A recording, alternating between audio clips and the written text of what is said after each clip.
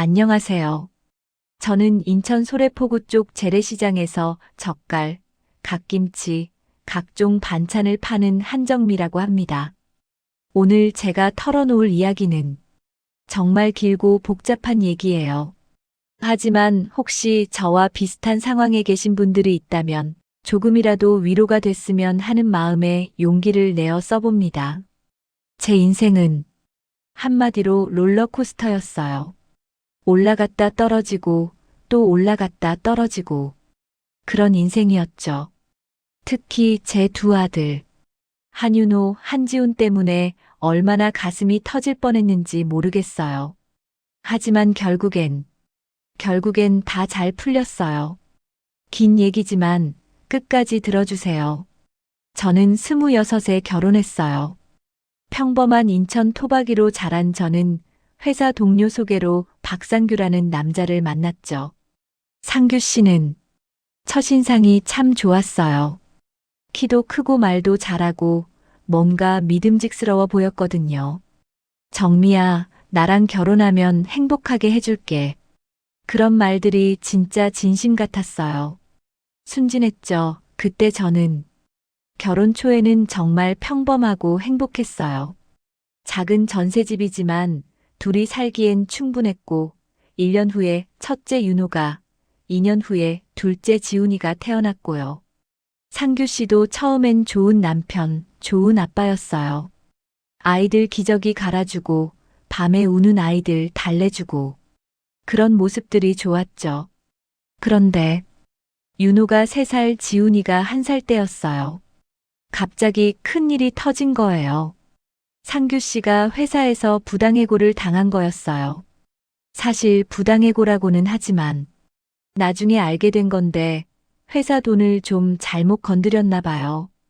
횡령은 아니었지만 뭔가 미심쩍은 일이 있었던 것 같아요. 정미야, 회사 놈들이 나를 이상하게 본다. 뭔가 모함하는 것 같아. 처음에는 그 말을 믿었어요. 남편이 거짓말할 리가 없다고 생각했으니까요. 하지만 상규 씨가 바뀌기 시작했어요. 새로운 일자리를 찾으려고 노력하는 게 아니라 집에서 맨날 소파에 누워서 TV만 보는 거예요. 여보, 일자리 좀 알아봐요. 애들도 있고. 알아보고 있어. 그런데 요즘 경기가 안 좋아서 그런 식으로 계속 미루더라고요. 그러다가 더 심각한 문제가 시작됐어요. 상규 씨가 술을 마시기 시작한 거예요. 처음엔 친구들이랑 가끔 한잔하는 정도였는데 점점 혼자서도 마시고 낮에도 마시고 여보, 술 좀 그만 마셔요. 애들이 보잖아요. 야, 나도 스트레스가 쌓인다고. 좀 이해해. 그러면서 소리를 지르기 시작했어요. 윤호와 지훈이가 무서워하면서 제 뒤에 숨는 모습을 보면 정말 마음이 찢어지는 것 같았어요. 더 큰 문제는 경마장에 다니기 시작한 거였어요. 친구가 좋은 정보가 있다고 해서 한 번만. 처음에는 그런 식으로 말했는데 나중에는 아예 매일 나가더라고요. 여보, 이러면 안 돼요. 우리 생활비까지 갖다 쓰면 어떡해요? 한두 번만 더 하면 다 회수할 수 있어. 조금만 참아봐. 그때부터 저는 생활비를 따로 숨겨두기 시작했어요. 애들 분유값, 기저귀 값이라도 지켜야 했거든요. 그런데 정말 가관이었던 게 상규 씨가 제 숨겨둔 돈까지 찾아내는 거예요. 정미야, 돈 좀 빌려줘. 이번에 확실한 정보가 있어. 안 돼요. 이건 애들 분유값이에요. 아니야, 이번만 해서 크겠다면 애들한테 더 좋은 거 사줄 수 있어.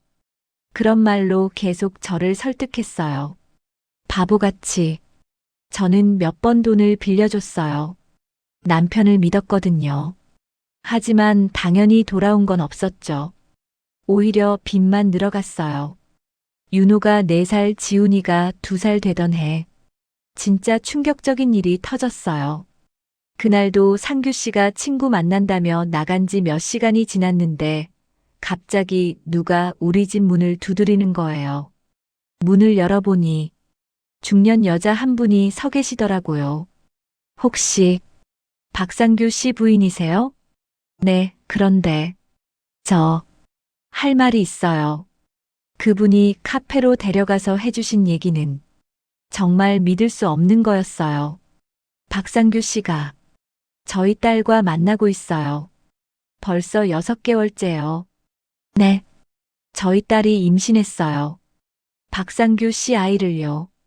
그 순간 정말 세상이 무너지는 기분이었어요. 그럴 리가. 이게 증거예요. 그분이 보여준 사진들. 상규 씨가 젊은 여자와 손잡고 다니는 모습, 모텔에 들어가는 모습. 저는 그 자리에서 아무 말도 할 수 없었어요. 그날 밤 상규 씨가 돌아왔을 때 저는 조용히 물어봤어요. 여보, 나한테 할 말 없어요? 무슨 말? 정말, 정말 없어요? 상규 씨가 제 표정을 보더니 대충 눈치를 챈 것 같았어요. 정미야, 여보, 제가 차분히 말했어요. 도박은 그래도 이해해 보려고 했어요. 힘드니까 그럴 수도 있다고 생각했어요. 정미야. 하지만 바람은 못 참아요. 정미야, 잘못했어. 정말 잘못했어. 상규 씨가 무릎을 꿇고 빌기 시작했어요. 한 번만 용서해줘. 다신 그런 일 없을게. 하지만 저는 이미 마음을 정했어요. 이혼해요. 정미야, 애들 생각해서라도 이혼해요. 이런 아빠 밑에서 애들이 어떻게 자라겠어요. 그날 밤부터 정말 지옥 같은 날들이 시작됐어요. 상규 씨는 집에서 나가지도 않고 계속 빌고 매달렸어요. 하지만 저는 절대 마음을 바꿀 수 없었어요. 결국 29살에 이혼을 했어요. 두 아들을 데리고요. 이혼하고 나서 정말 막막했어요. 아이 둘을 혼자 어떻게 키우나. 그때 제 친정 엄마가 말씀하셨어요. 정미야, 내가 할 줄 아는 게 뭐가 있냐? 요리. 그럼 그걸로 해봐라. 시장에서 반찬 가게라도 해봐. 그렇게 소래포구 근처 재래시장에서 작은 젓갈, 반찬 가게를 시작하게 됐어요. 처음엔 정말 지옥 같았어요. 새벽 4시에 일어나서 수산시장 가서 젓갈 재료 사오고 집에서 갓김치, 깍두기, 각종 반찬 만들어서 가게로 갖고 가고 비린내, 소금물, 무거운 박스들. 손은 갈라지고 허리는 아프고 그래도 아이들을 위해서 버텼어요. 윤호와 지훈이가 아빠 없는 티 안 나게 하려고 먹는 것도 좋은 걸로 사주고 옷도 예쁜 걸로 사주고 학원도 보내고 우리 아빠는 왜 없어요? 가끔 아이들이 물어보면 아빠는 멀리 일하러 가셨어. 나중에 만날 수 있을 거야. 그런 식으로 둘러댔어요. 아이들이 상처받을까 봐서요. 그런데 두 아들의 성격이 완전히 달랐어요. 윤호는 정말 모범생이었어요. 말수도 적고 순하고 공부도 잘하고 제가 힘들다는 소리 안 하려고 해도 눈치를 채고 착하게 굴었어요. 엄마, 저 학원 안 다녀도 돼요. 왜? 엄마가 힘들어 보여서요. 그런 말을 하는 윤호를 보면 어른스러워서 기특하기도 하고 한편으로는 안쓰럽기도 하고 지훈이는 완전히 달랐어요. 어릴 때는 축구를 정말 잘했어요. 초등학교 때 축구부도 하고 중학교 가서도 선수를 하려고 했었는데 그런데 중학교 들어가면서 갑자기 축구를 그만두겠다는 거예요. 왜? 재미없어요. 그리고 불량한 친구들과 어울리기 시작했어요. 늦게 들어오고 담배 냄새 풍기고 학교에서 싸움한다고 연락 오고 지훈아, 왜 이러냐? 형 좀 봐라. 형 밥만 닮아도 그런 말을 할 때마다 지훈이가 상처받는 눈빛을 보였어요. 지금 생각해보면 제가 윤호와 지훈이를 너무 비교했나 봐요. 그게 지훈이한테는 상처가 됐을 거예요. 그런 식으로 10년 넘게 살다가 정말 큰 일이 터졌어요. 어느 날 가슴에서 이상한 분비물이 나오는 거예요. 피 같은 게 섞여서요. 처음에는 뭐 별거 아니겠지 했는데 며칠 계속되니까 불안해지더라고요. 병원에 가서 검사를 받았는데 유방암이네요. 그 말을 듣는 순간 정말 머리가 하얘졌어요. 암이요? 네. 다행히 초기라서 수술하고 치료하시면 완치 가능합니다. 의사 선생님은 다행이라고 하시는데 저한테는 하늘이 무너지는 소리였어요. 암이라고? 내가 죽으면 애들은 어떡하지? 그런 생각만 계속 들었어요. 수술 날짜를 잡고 집에 와서 아이들한테 말해야 했어요. 엄마가 잠깐 병원에 입원해야겠어. 왜요? 몸이 좀 안 좋아서 수술 좀 받아야 해. 윤호는 그때 20살이었고 지훈이는 18살이었어요. 윤호는 침착하게 물어보더라고요. 무슨 수술이에요? 유방암 수술. 윤호가 한동안 말이 없더니 엄마 괜찮을 거죠? 그럼 의사 선생님이 초기라고 하셨어. 지훈이는 다른 반응이었어요. 엄마가 죽는 거예요? 무슨 소리야? 죽지 않아. 정말요? 지훈이가 울먹이면서 묻더라고요. 수술 날이 됐어요. 병실에 입원하고 수술 전에 준비하는 동안 아이들이 번갈아 가면서 병문안을 왔어요. 윤호는 딱 한 번 왔어요. 엄마, 시험 기간이라서 자주 못 올 것 같아요. 그래, 공부해. 공부가 먼저야. 그러고는 거의 오지 않았어요. 하지만 지훈이는 달랐어요. 매일 학교 끝나면 병원으로 달려와서 제 옆에 있었어요. 주말에는 아예 집에도 안 가고 보호자 침대에서 쪽잠을 잤어요. 지훈아, 집에 가서 자. 여기서 자면 피곤해. 괜찮아요. 엄마 혼자 두고 못 가요. 그런 지훈이를 보면서 마음이 복잡했어요. 평소에는 말썽만 피우던 애가 이럴 때는 이렇게 착할 줄 몰랐거든요. 수술 전날 밤 정말 무서웠어요. 의사 선생님은 괜찮다고 하셨지만 그래도 수술이잖아요. 혹시 모르는 일이고 잠이 안 와서 침대에 누워서 눈물이 났어요. 내가 죽으면 애들은 어떡하지? 윤호는 그래도 성인이니까 알아서 하겠지만 지훈이는 그런 생각을 하면서 흐느끼고 있는데 옆 침대에서 지훈이가 일어나더라고요. 엄마, 왜 울어요? 안 울어. 괜찮아. 엄마, 나 때문에 우는 거죠? 무슨 소리야? 지훈이가 제 침대로 와서 앉으면서 엄마, 나 때문에 스트레스 받아서 아픈 거죠? 내가 말썽만 피워서. 아니야, 지훈아. 내 탓이 아니야. 엄마, 미안해요. 정말 미안해요. 그러면서 지훈이도 울기 시작했어요. 앞으로는 절대 말썽 안 피울게요. 엄마 실망시키는 일 절대 안 할게요. 지훈아, 엄마 죽지 마세요. 제발. 그날 밤, 저희는 손잡고 같이 울었어요. 그때 깨달았어요. 지훈이도 저를 정말 사랑하고 있구나. 그냥 표현을 잘 못하는 애였구나. 수술은 다행히 잘 됐어요.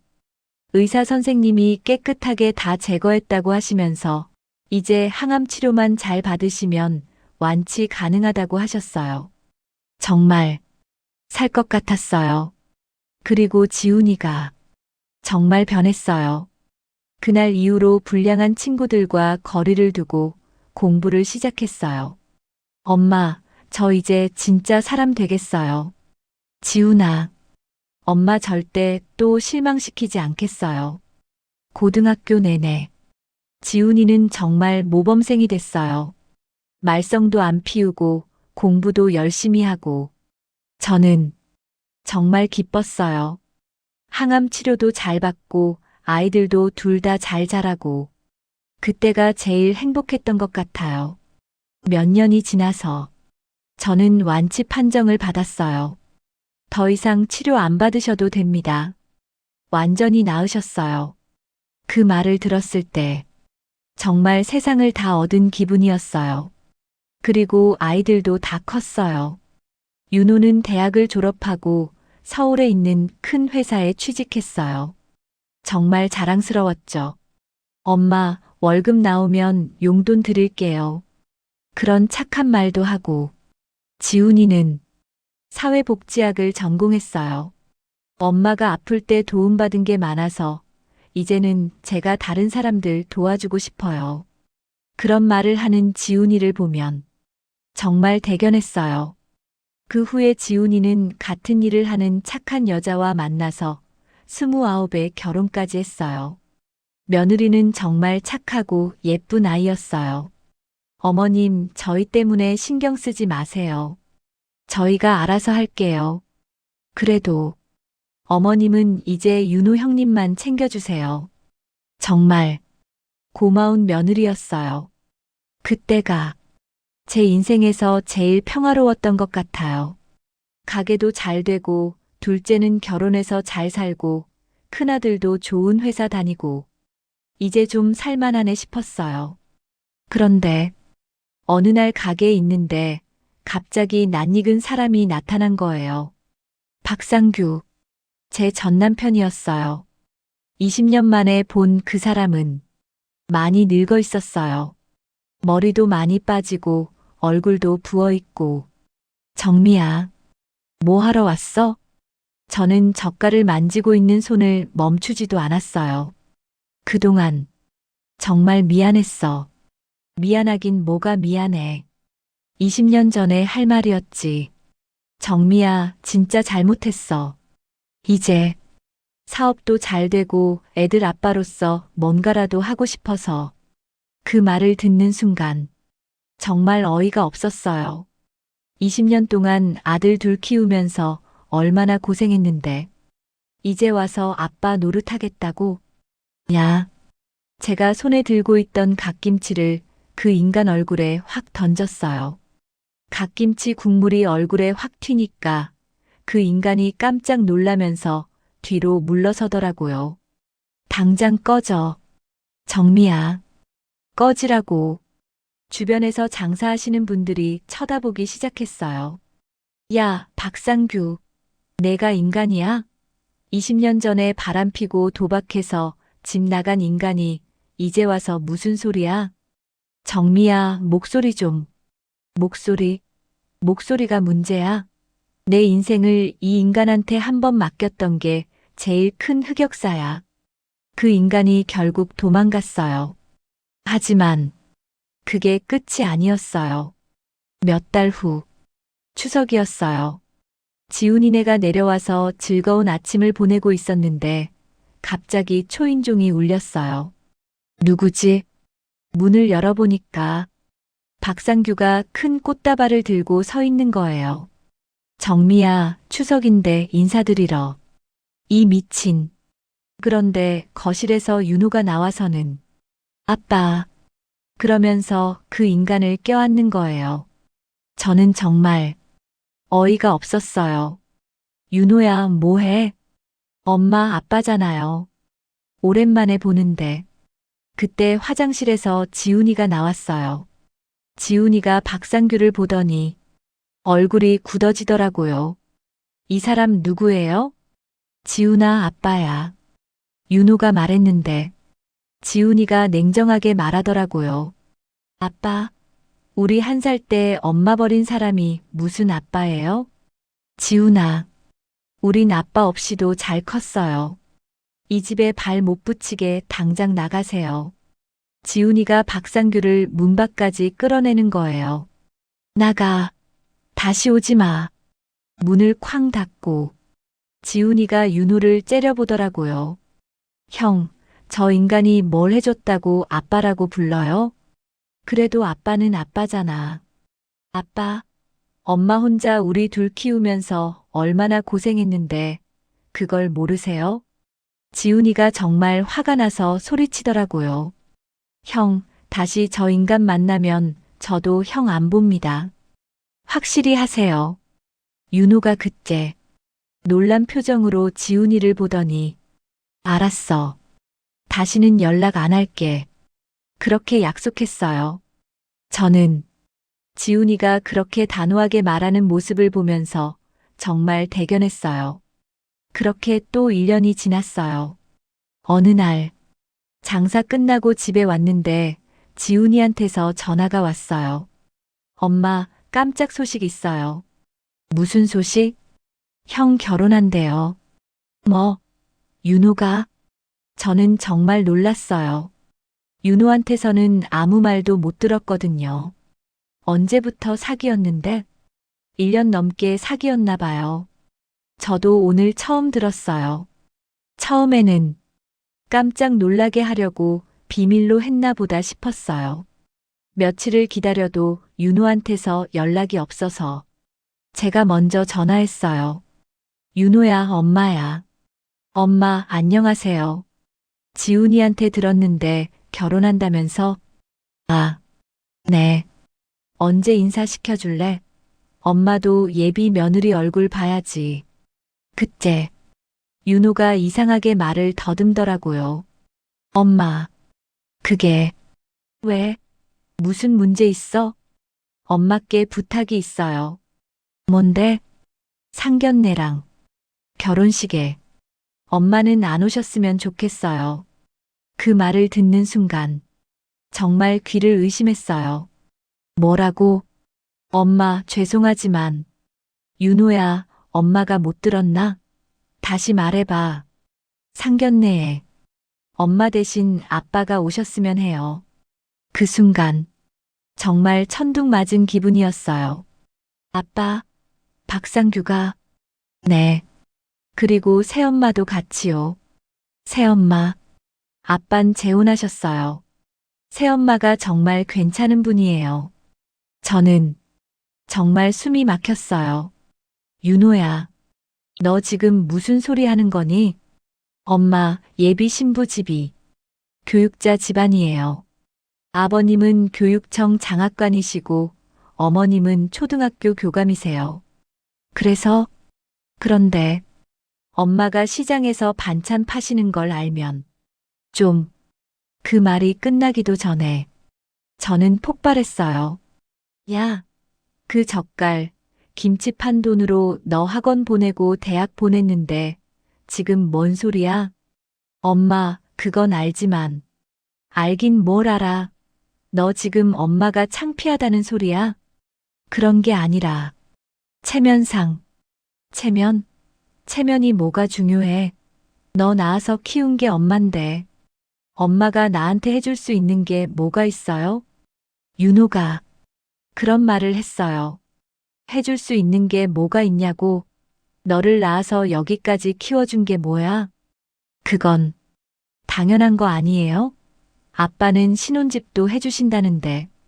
신혼집? 그 인간이 뭘로 신혼집을 해줘? 또 사기치는 거 아니야?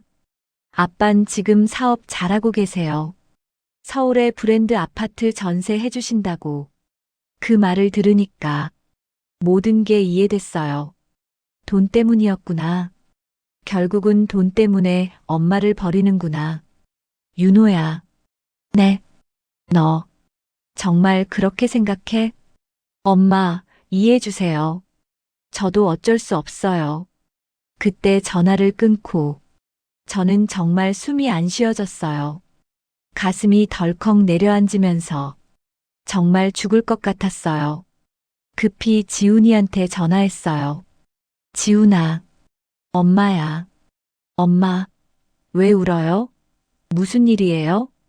지훈아, 형이. 그리고 윤호와의 통화 내용을 다 털어놨어요. 형이 그런 미친 말을 했다고요? 지훈이가 정말 화내더라고요. 엄마, 상견례 장소 어디인지 알아요? 왜? 형한테 들었거든요. 우리 가서 다 엎어버려요. 지훈아, 엄마, 그냥 당할 순 없어요. 한 번만 기회 주는 셈 치고 그 자리에서라도 형 정신 차리게 해야 해요. 지훈이 말이 맞았어요. 그냥 당하고 있을 순 없었어요. 상견례 장소는 서울 강남에 있는 고급 한정식 집이었어요. 지훈이와 함께 갔는데 가는 길에 정말 떨렸어요. 엄마, 긴장하지 마세요. 오늘은 제가 옆에 있어요. 고마워, 지훈아. 형이 정신 못 차리면 저도 가만히 안 있을 거예요. 한정식 집에 도착해서 방을 찾았어요. 상견례가 시작된 지 30분 정도 지난 시점이었어요. 문 앞에서 심호흡을 하고 노크했어요. 들어가셔도 됩니다.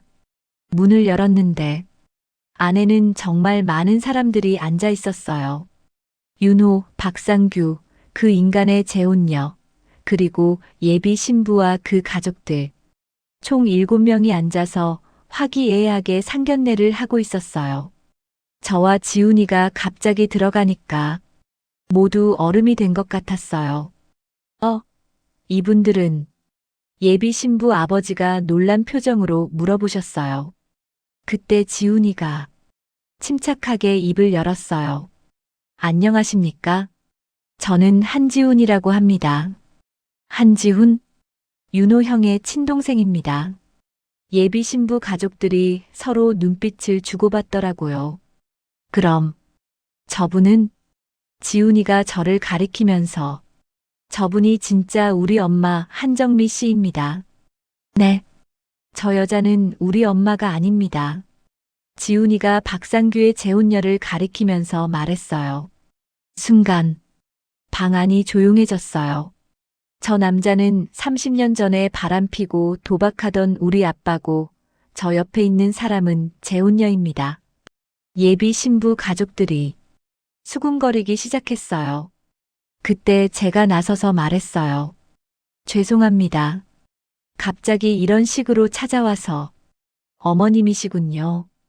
예비 신부 아버지가 정중하게 인사하셨어요. 네. 제가 윤호를 낳아서 키운 한정미입니다. 그리고 저는 모든 걸 설명했어요. 제가 어떻게 혼자서 아이 둘을 키웠는지, 박상규가 어떻게 집을 나갔는지, 소래포구 시장에서 젓갈 반찬 팔면서 어떻게 윤호를 대학까지 보냈는지, 최근에 그 사람이 신혼집 해주겠다며 제 아들한테 접근했어요. 그래서요? 제 아들이 반찬 가게 엄마가 창피하다며 저 대신 아버지를 혼주로 세우려고 했습니다. 예비 신부 아버지의 표정이 굳어지더라고요. 제가 오늘 이 자리까지 온 건 제 아들의 그릇된 생각을 바로잡고 싶어서입니다. 그때 지훈이가 윤호를 향해서 폭발했어요. 형, 지훈아, 엄마가 어떻게 형 여기까지 키워줬는데 이럴 수 있어? 그건 엄마가 우리한테 뭐라고 가르쳤어? 인간답게 살라고 했잖아. 지훈아, 목소리 좀. 목소리. 형이 지금 인간이야? 지훈이가 정말 화가 나서 엄마한테 은혜를 원수로 갚는 쓰레기 같은 짓이야. 그 말을 들은 예비 신부 아버지가 잠깐만요. 모두를 향해 손을 들더니 이 얘기가 사실입니까? 윤호가 아무 대답을 못하고 있었어요.